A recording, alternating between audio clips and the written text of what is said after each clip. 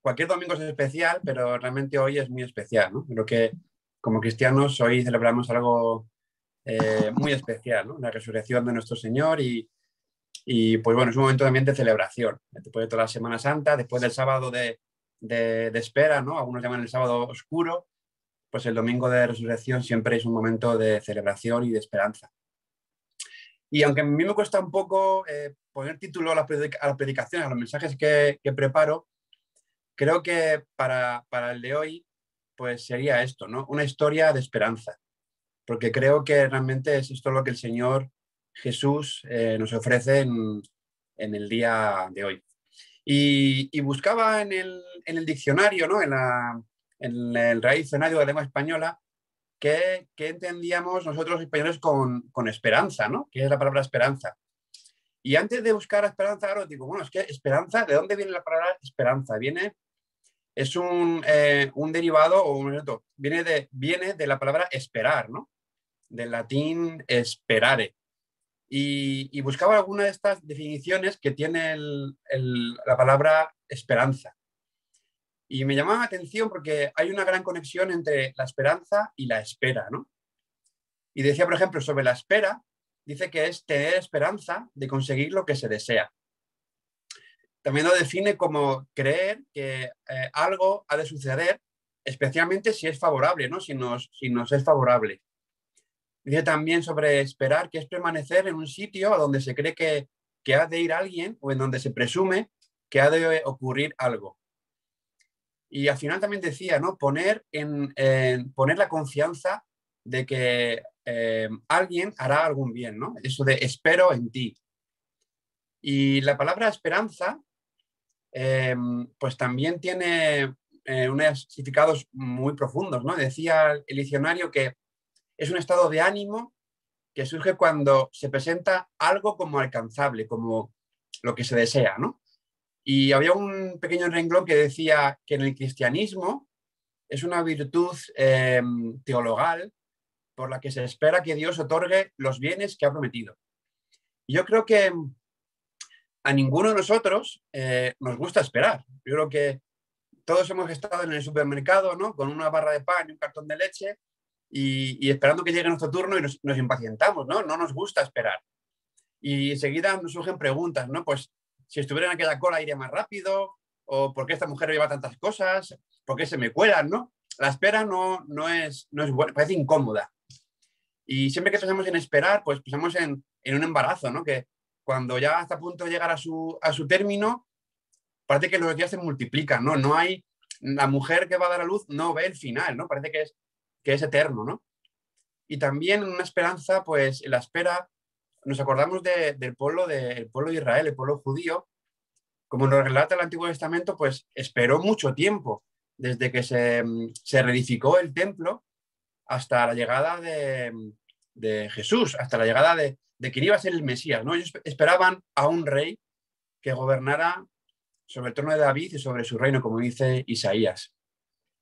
Y hoy efectivamente recordamos que Jesús fue resucitado y esperamos que regrese, tal como Él prometió. Hay una esperanza de que Él regrese. Pero también por eso, porque esperamos que Él regrese, esperamos a que vuelva. Hoy es un buen momento para recordar que podemos vivir en la esperanza, ¿no? No solo de su regreso, sino de que en la cruz Él mostró un amor incalculable y que nos ofreció, ¿no? Una vida también de mucho valor. Con su resurrección, Él nos demostró que la esperanza de fe es un elemento necesario para aquellos que creemos. Como dice 1 Corintios, ¿no? Porque si Cristo no resucitó, vana nuestra fe. Pero hoy celebramos que resucitó, ¿no? Que tenemos una fe real, una fe viva, una fe, real, ¿no? Y yo creo que este evento, la muerte y resurrección de Jesús, fue un regalo, como decía antes, de incalculable valor. El regalo que Dios nos hace entregar a su Hijo en una cruz y traerlo en una situación complicada, ¿no? En una familia humilde que viaja a censarse, ¿no? a la ciudad de origen. Una situación política complicada, ¿no? La dominación romana. y una situación donde el pueblo esperaba una liberación física, ¿no? Más que una liberación espiritual, un rey que les liberara. Pues en medio de todo eso, Jesús viene para morir en la cruz y para resucitar. Y aún hoy, 20 siglos después, pues este regalo de Dios, pues yo creo que es lo único que necesitamos para tener esperanza. Y hoy quería entonces que descubriéramos juntos un poquito más de este regalo, ¿no? Sobre Jesús, sobre la esperanza que Jesús nos ofrece, sobre Jesús de Nazaret, ¿no? Y siempre que hablamos de Jesús, Jesús de Nazaret, no podemos olvidar que nació, que vivió y que murió en un tiempo concreto. Y aquí también lo hacen saber los evangelios, ¿no? Su vida se marca dentro de una época concreta. Y, por ejemplo, leemos en Mateo 2.1 que Jesús nació en tiempo del rey Herodes. Y Lucas 2 también nos dice que el emperador Augusto ordenó un censo y siendo Cirenio gobernador de Siria. O sea que lo coloca todo en un tiempo concreto. Mateo 27 habla de Poncio Pilato, ¿no? Prefecto romano de la región de Judea. Todo esto da historicidad, ¿no? Al relato de Jesús porque lo ubica en un momento reconocible en el tiempo. Y a nosotros eso nos sirve, ¿no? Como nuestra razón puede colocar a Jesús en un tiempo concreto. Por eso a veces parece que situar a Jesús en un momento de la historia tiene mucho valor, ¿no? Porque si hay una historia, hay personajes, ¿no? Hay emociones, hay sentimientos, hay propósitos y hay esperas y esperanzas. Lo que nos transmiten los evangelios sobre el nacimiento de Jesús, sobre su muerte, son esas circunstancias humanas que rodearon su vida y también, claro, las sobrenaturales, ¿no? Las sobrehumanas. Al final también era hijo de Dios. Y nos trasladan ese acercamiento de Salvador que esperaban los hombres, los seres humanos, sin excepción. El Hijo de Dios se inserta, ¿no? Se ubica en las circunstancias históricas de un momento concreto. La dominación romana, la espera del pueblo judío de una liberación física. En medio de todo eso, la salvación se presenta en la historia.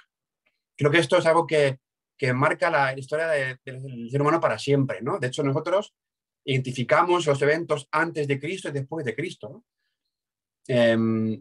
La historia cambia y la salvación se presenta en esa historia. Y los relatos evangélicos vinculan a Jesús con nosotros. El Salvador se vincula con cada uno de nosotros, con los seres humanos.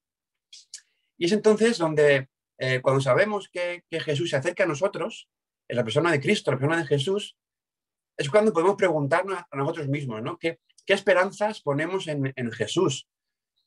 ¿Cuál es el significado de Dios hacernos este regalo en Jesús? ¿Quién es Jesús para mí? ¿Tiene aquella cruz y aquella tumba vacías algo que ver conmigo? En definitiva, ¿quién es Jesús y yo le importo? ¿Yo le importo a Jesús? Pues cuando hablamos de Jesús, de quién es Jesús, la cultura siempre nos ha trasladado, ¿no? Como a una época un poco atemporal, ¿no? Y tenemos representaciones de pintores, por ejemplo, aquel Georges de la Tour, ¿no? De la Oración de los Pastores, o Miguel Ángel, ¿no? Que esculpió aquella obra de la piedad, ¿no? De María sosteniendo a un Jesús muerto, ¿no? Pero también la música, por ejemplo, el Mesías de Händel, pues nos traslada un sentimiento sobre la pasión de Jesús, ¿no? Hay un sinfín de libros y escritos que estudian su figura, la figura de Jesús. Y su pensamiento también ha influido en filosofía, ética, moral, política, relaciones personales. Nosotros, como cristianos, decimos que Jesús murió por mí. Y le cogemos ahí, en esa declaración, pues 20 siglos de teología, ¿no? De cristología.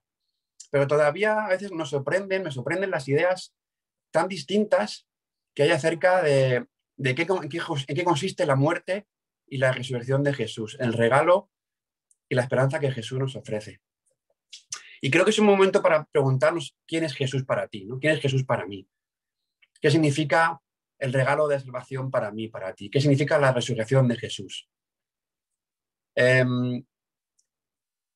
Si algo trajo de positivo, entre muchas cosas, la Reforma Protestante, fue un sentimiento de personalidad, ¿no? De una relación personal con Dios. Y eso lo hemos hablado hasta nuestros días, ¿no? Y cuando hablamos de de la muerte de Jesús a nuestro favor, solemos hablar de un don, ¿no? De un regalo, de un don de gracia, un regalo inmerecido, ¿no? Entonces podemos decir que Dios nos ha regalado a Jesús. Pero ¿qué significa esto de que Jesús es un regalo, ¿no? ¿De qué tipo de regalo se trata, ¿no? ¿Es especial o qué tiene de especial, ¿no? Y oímos con frecuencia que Jesús fue un maestro y que Dios nos ha dado en Jesús un maestro, una enseñanza.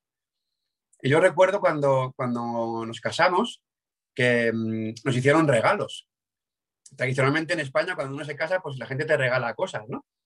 Y todos los regalos pues estaban cargados de buena intención, de cariño, de amor. Pero ¿sabéis qué pasaba? Que imagino que también a alguno de vosotros os pasaría en su momento cuando que te juntas con varias tostadoras o te juntas con varios juegos de café o con varios juegos de toallas, ¿no? Están repetidos. Nosotros cuando decimos que Jesús es un regalo de Dios a la humanidad, que es un maestro, yo pienso en ese tipo de regalos. Es un regalo que está repetido. Y luego me entenderéis mejor, ¿vale? Pero creo que a la humanidad, el ser humano, no necesita más maestros. Hay muchos maestros en la vida, en la historia, ¿no? Buda fue un maestro, incluso fuera de las religiones, ¿no? Algunos filósofos fueron gran maestros, ¿no? Si Jesús lo que nos aporta es esto, es un maestro, una enseñanza, pues francamente está repetido. Enseñanzas hermosas, pues creo que podemos oírlas de unos y de otros, y la historia de la humanidad está llena de personas que han aportado grandes enseñanzas. Es un regalo, sí, pero tampoco es nada especial. Otros dicen que Jesús es un modelo a seguir. No solo enseñó cosas, sino que su vida, la manera en que vivió, incluso la manera en la que murió, pues nos sirve de ejemplo y referente. Pero también es un regalo repetido, ¿no? Hay gente admirable, ha habido hombres y mujeres admirables en la historia, dignos de ser imitados, incluso a la hora de su muerte. El filósofo Platón nos contaba la historia de cómo murió su maestro, ¿no? Una manera muy ilustre y tan ética de morir, ¿no? Fue condenado a muerte y teniendo la oportunidad de escapar, incluso tenía el compromiso de gente ayudarle a escapar, pues él aceptó su condena por una cuestión de criterio ético, ¿no? Parece admirable, ¿no? Entonces, pues hay quien pudiera decir que hay otros modelos de vida y de muerte aparte de Jesús, hay otros modelos. Y de nuevo no quiero que me malinterpretéis, no quiero explicarme mal. Claro que Jesús es todo eso, ¿no? Es un modelo, es un maestro. Pero no es esto lo realmente importante, no es esto lo que le hace único, lo que le hace necesario. Porque lo que le hace único, lo que le hace necesario, lo que le hace increíble en la persona de Jesús, es que Jesús murió para ser el Salvador. El mío personal y el tuyo. Claro que la figura de Jesús ha hecho aportaciones en la historia de la cultura, de la civilización, de la moral, pero no podemos ocultar con eso el sentido de su nacimiento, de su vida, de su muerte y de su resurrección, que es lo que hoy celebramos.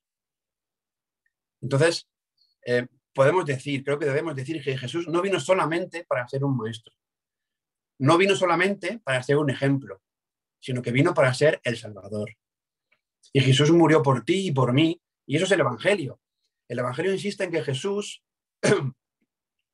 no fue simplemente un hombre malentendido o un maestro sabio atacado por sus enemigos o un profeta que se adelantó a su tiempo. Jesús nació en Belén y murió en Jerusalén por ti y por mí, por nuestros pecados. Y sí, Dios nos ha regalado a su Hijo Jesús. Y si esperamos una esperanza, un verdadero regalo, es este, ¿no? La salvación de nuestras vidas a través de Jesús y vivir una esperanza completa. También aquí hoy, muchas veces hablamos de la esperanza eterna y nos olvidamos de la vida terrenal. Y tener esperanza en la vida terrenal creo que tiene mucho valor porque en la vida eterna ya la tenemos ganada, ¿no? Pero quién sabe lo que nos traerá mañana. Tener esperanza de que con Jesús podemos caminar y podemos ir seguros. Dios se hizo cercano, se ha hecho cercano en Jesús y se convierte en la esperanza para nuestras vidas. Y es una seguridad, ¿no? Que Dios te miró a ti y prefirió escogerte a ti antes que a su Hijo. Su Hijo fue clavado en la cruz para que tú tuvieras vida. Jesús, Dios te miró y prefirió escogerte a ti. Jesús nació para que nosotros tengamos vida con Él y murió y resucitó para darnos una esperanza gloriosa. Jesús es el Salvador, ¿no? Es lo único que necesitamos. Y como dice aquella canción, Él es más que suficiente. Pero también hay algo que me llama la atención, ¿no? Es que la esperanza de Jesús es una esperanza sencilla, una esperanza a los sencillos, a los humildes. Y a la hora en la que Jesús se entrega, se da, se regala, pues escoge lo más sencillo, lo más cotidiano, ¿no?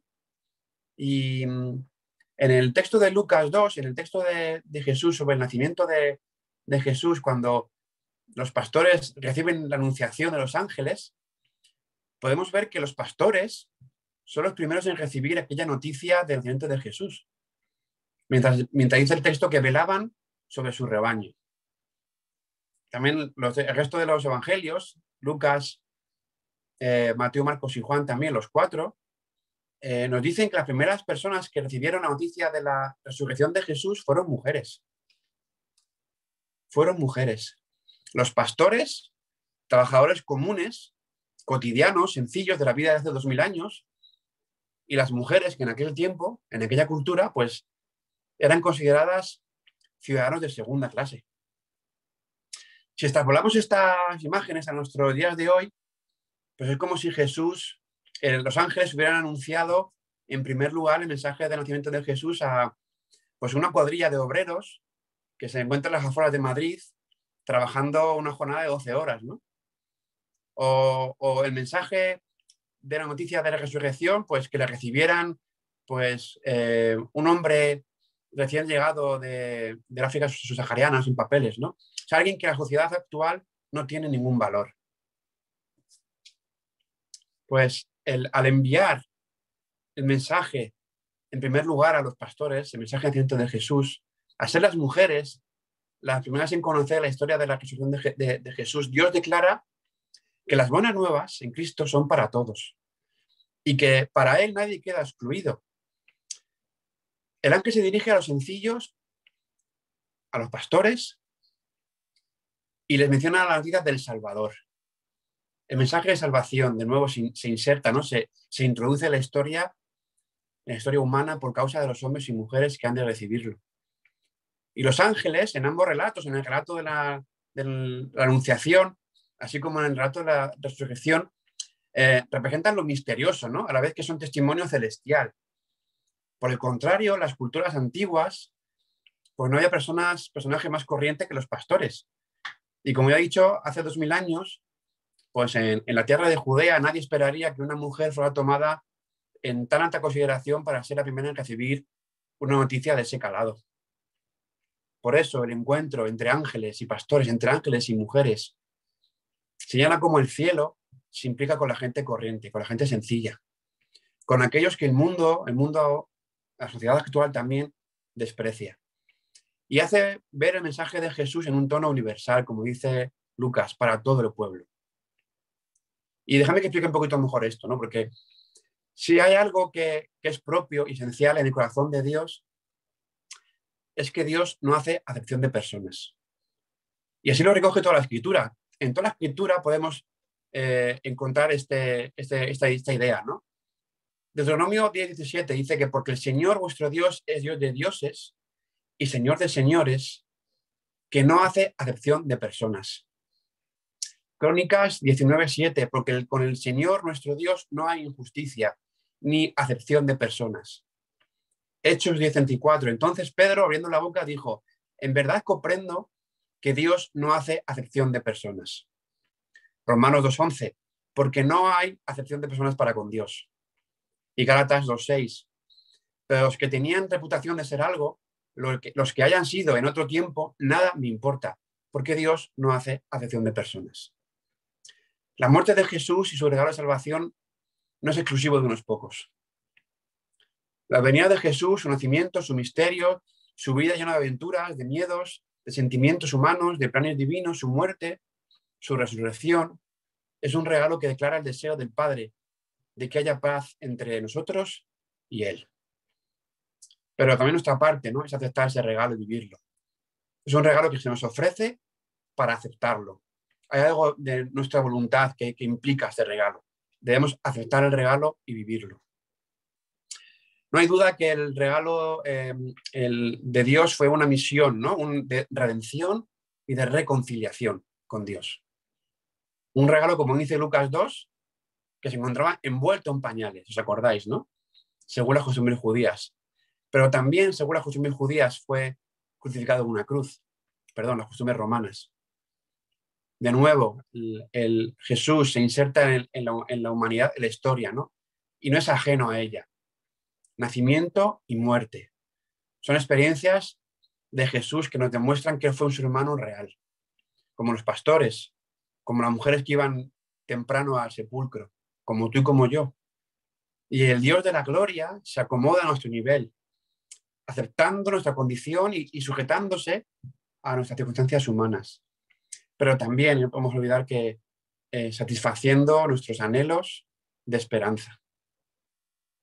Y como diría uno de los padres de la Iglesia, dice que lo que no ha sido asumido no ha sido redimido. Jesús asumió nuestra condición humana para poder salvarnos. Asumió un cuerpo humano para salvar lo humano, para darnos una esperanza. Y una esperanza real, una esperanza que podemos vivir. Sobre la esperanza real, ¿verdad? Dice el Evangelio de Lucas podría ser definido como el Evangelio de los humildes, de los proscritos, ¿no? De los que son de los que sufren rechazo. Y Lucas recoge la historia del buen samaritano, la historia del publicano, la del hijo pródigo, la de Zaqueo, la del ladrón de la cruz, gente que teníamos mala impresión de ella, ¿no? De los que la sociedad rechaza. Y Lucas también nos muestra a un Jesús que después de todo lo que hemos dicho sobre él y un millón de cosas más que podríamos decir, pues también Jesús también fue puesto como rechazo, ¿no? Fue rechazado.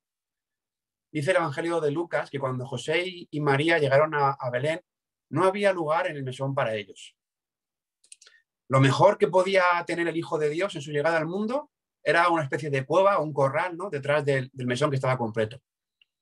No había lugar en el mesón para el Hijo de Dios, para el Salvador. Y yo creo que el único sitio que Dios reservó para su Hijo fue el de la cruz. Fue el único sitio donde Jesús sabía que iba a parar. Jesús fue rechazado por nosotros antes de que llegara casi, ¿no? El mesón estaba lleno, nadie quería acogerle. El lugar que él quería ocupar era el de la cruz. Y desde aquella cueva de Belén hasta la cruz del Gólgota, ¿verdad? Dice Isaías, un texto que conocéis de sobra, ¿no? Que él fue despreciado y desechado entre los hombres, varón de dolores, experimentado en quebranto. Y como que escondimos de él su rostro, el rostro. O sea, volvimos la cara, ¿no? No queríamos verle. Fue menospreciado y no le estimamos. No sé si os pasa a vosotros, a mí me sucede cuando veo una película sobre Jesús o aún cuando leo el texto bíblico, siempre hay algo en mi interior que desea que Jesús se libere, ¿no? De todo aquello como un superhéroe, ¿no? De las películas de Hollywood y se levante, ¿no? Como el Salvador glorioso que es, ¿no? Algo en nuestra razón humana, nuestro deseo de esperanza, no encaja, ¿no? Con el sentido de la muerte, ¿no? De Jesús, de su pasión. Porque al final sigue siendo un misterio, ¿no? No como algo enigmático, algo oculto, misterioso, sino como misterioso en el sentido de que no tiene razonamiento humano, nada más, ¿no? Y siempre esperamos que una solución más hollywoodiense, ¿no? Con más esperanza. Y recuerdo en una ocasión, en una escuela dominical, pues preparaban una representación para el día de Navidad. Y se entregaron los papeles a los niños pues, más brillantes, ¿no? El que mejor hablaba, el que parecía más guapo. Y entonces, pues entregaron el papel de la niña a María y a niños a José, ¿no? Y el grupo de niños que iba a interpretar a los sabios de Oriente, los ángeles, los pastores, todo estaba todo organizado, ¿no? Pero hay un papel que nadie quería interpretar, que era el del mesonero, el del mesón lleno. Y quién iba a ser el malo, ¿no? El que no iba a acoger a Jesús, ¿no?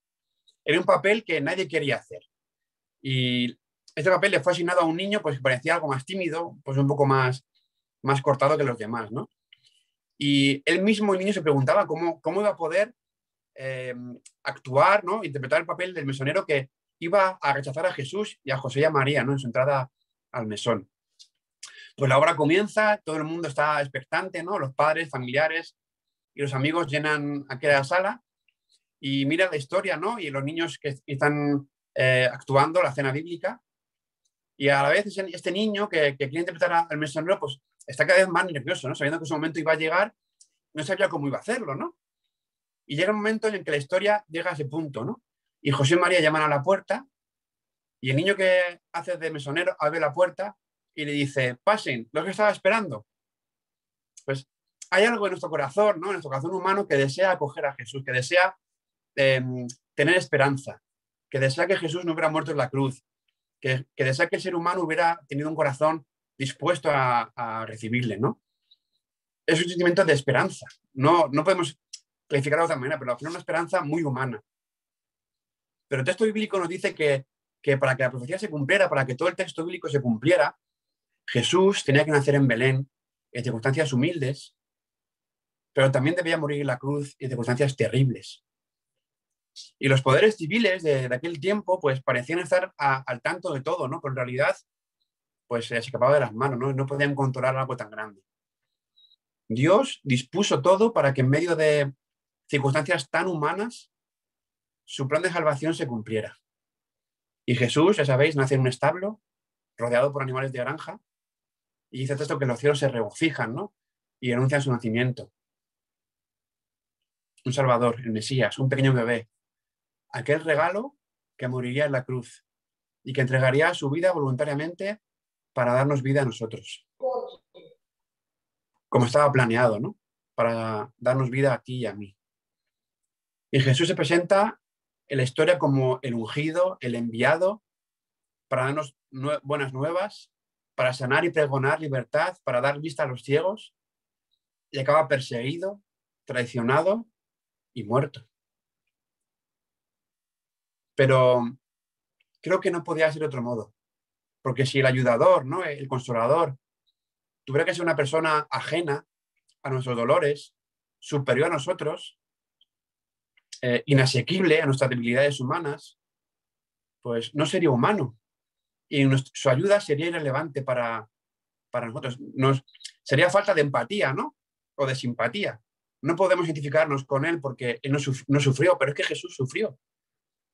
Jesús, hombre, se identificó con nuestra condición, con nuestras debilidades y las hizo suyas, ¿no? Las experimentó todas para redimir aquello que él mismo había encarnado. No podemos olvidar que este Jesús, pues como dice el texto, no tenía dónde apoyar la cabeza, no tenía dónde dormir, que fue aclamado por un poco de tiempo por algunos, pero que pronto fue muy olvidado y que fue crucificado. Pues ese es nuestro Salvador, un Galileo que resucitó de la muerte y que está sentado como Dios Padre y nos ha dado una esperanza real, una manera de vivir y afrontar la vida que no tiene nada que ver con las perspectivas que el mundo nos ofrece, ¿no? Con la realidad humana. Jesús fue exaltado y glorificado. Él resucitó de la muerte, volvió de la muerte, enseñando una esperanza real, viva y cercana. Y sobre esto quería terminar hablando, ¿no? Sobre un mensaje de esperanza. Tal vez hoy, en el siglo XXI, en el año 2021, más que nunca nuestras iglesias adolezcan, ¿no? De mensajes sobre la eternidad. Y ya hemos enfatizado demasiado los beneficios de un seguimiento terrenal de Jesús, ¿no? Lo que nos ofrece Jesús en un seguimiento terrenal. Y estos mensajes de eternidad creo que son muy necesarios, pero no deberían tampoco estar vacíos ni de esperanza ni de acción.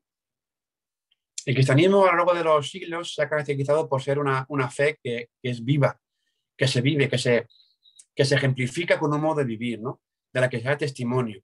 Una fe que transforma las vidas de las personas, que las hace esperar sin angustia, sino con esperanza.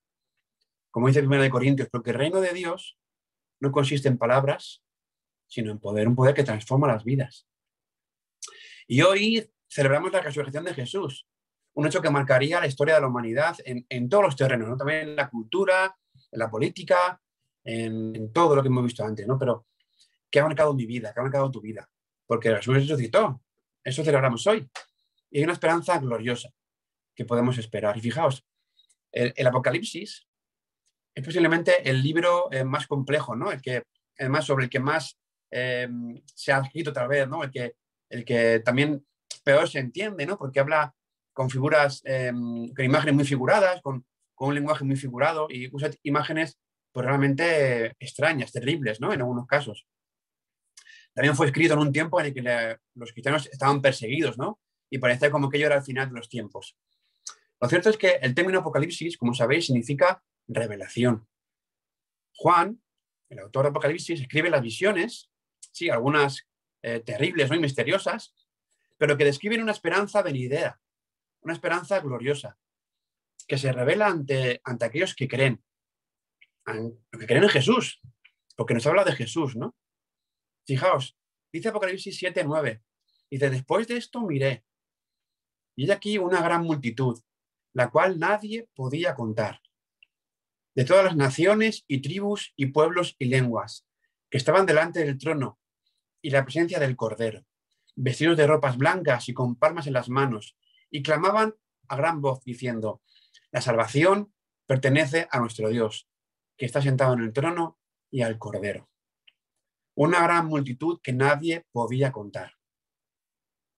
Seguro que como yo, durante este último tiempo habéis escuchado mensajes, ¿no? Y de parte de algunos cristianos, ¿no? Que afirman con mucha rotundidad que Dios nos manda un mensaje claro, ¿no? Hoy con esta pandemia, un mensaje de que el final está cerca, como que si Dios se ha cansado de nosotros, ¿no? Y cosas así.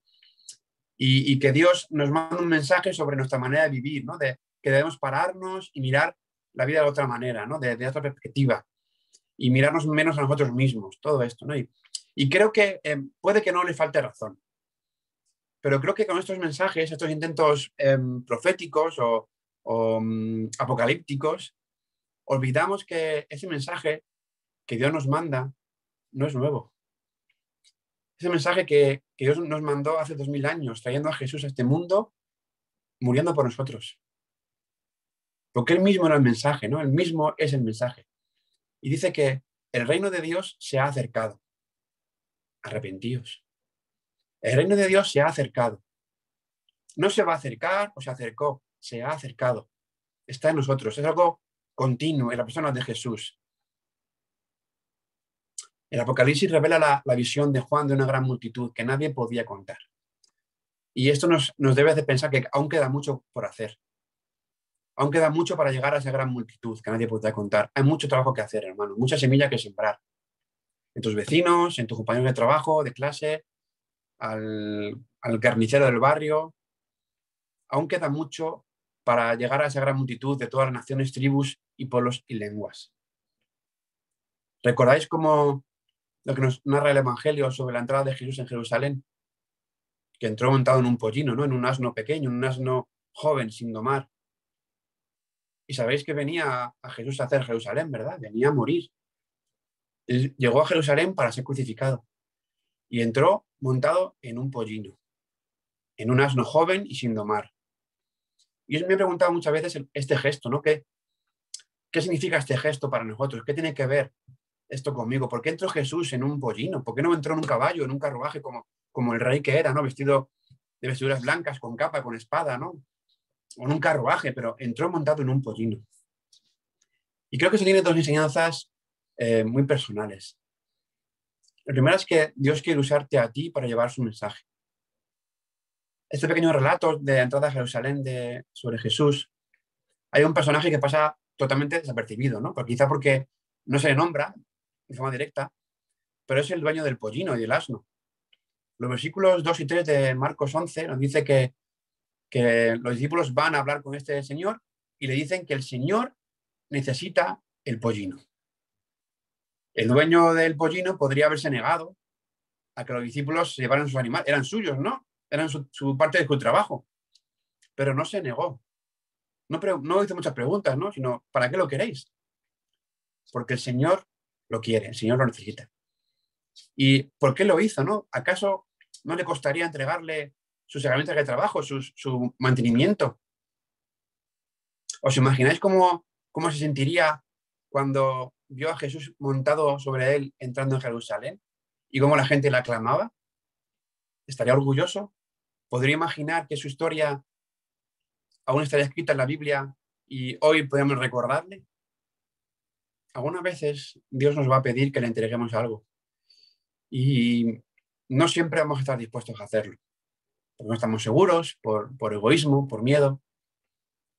Pero podemos ser como ese personaje, como el dueño del pollino, y entregarle a Jesús nuestro animal para que Dios monte y llevar el mensaje a otro lugar. Todos tenemos nuestros pollinos, nuestros asnos. Todos tenemos algo en nuestra vida que si lo entregamos a Dios, Él puede usarlo. Al final el pollino, como dice el texto, le pertenece a Él. El Señor lo necesita. El rey lo quiere. El rey quiere algo que tú tienes. Puede ser que Dios quiera montar en tu asno y entrar por la puerta de otra ciudad, otra nación, otra persona. Y la pregunta es si lo vamos a permitir. Vamos a entregarle a Jesús nuestro pollino. El hombre que le dio a Jesús su asno es solo una larga lista, ¿no? de quienes dieron cosas pequeñas a un Dios grande. Y a mí me gustaría formar parte de esa lista, ¿no? Personas que han entregado cosas pequeñas a un Dios grande. Y en segundo lugar, pues creo que debemos llevar el mensaje de Dios, de esperanza, sobre algo reconocible, que la gente pueda reconocer. No siempre sabemos llegar a las personas con el mensaje de Jesús. No tiene que ver con estudiar técnicas de evangelismo, ni de comunicación, ni oratoria.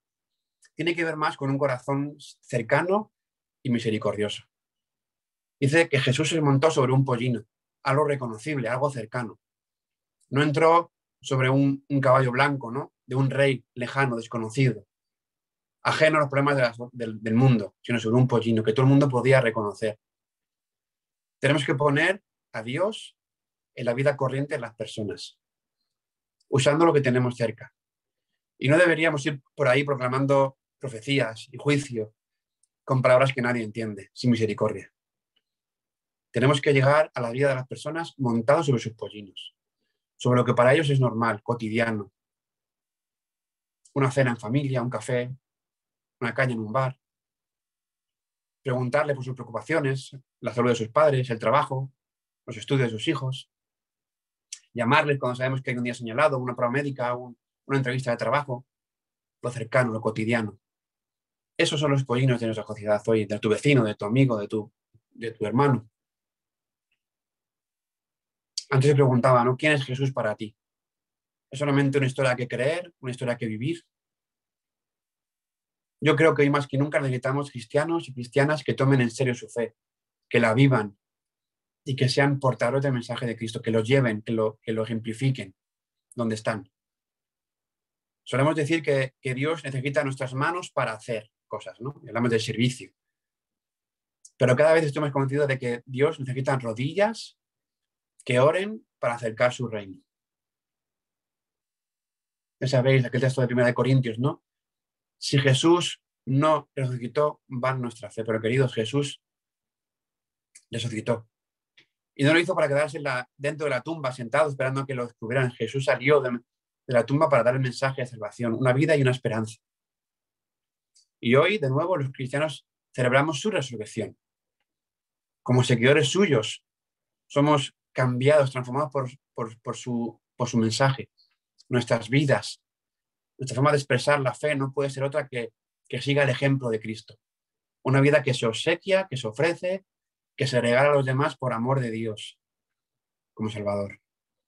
Y sí, de nuevo, hoy es domingo de resurrección, día de esperanza, y mientras esperamos, podemos estar esperanzados, ¿no? No solo de una gloria venidera, sino también de poder vivir y ser cada día más como Cristo. Esperanzados de poder caminar junto a Él, de vivir la esperanza de que el Salvador va a regresar y gobierna con autoridad y amor, pero siempre fijándonos en el hombre, la cruz, para no olvidar a quien esperamos. Esperamos a Jesús, que en la cruz fue crucificado y fue resucitado para nuestra salvación. Él está vivo. Está vivo y vive en cada uno de nosotros. Amén. Amén. Pues que Dios nos ayude a llevar el mensaje también y vivirlo.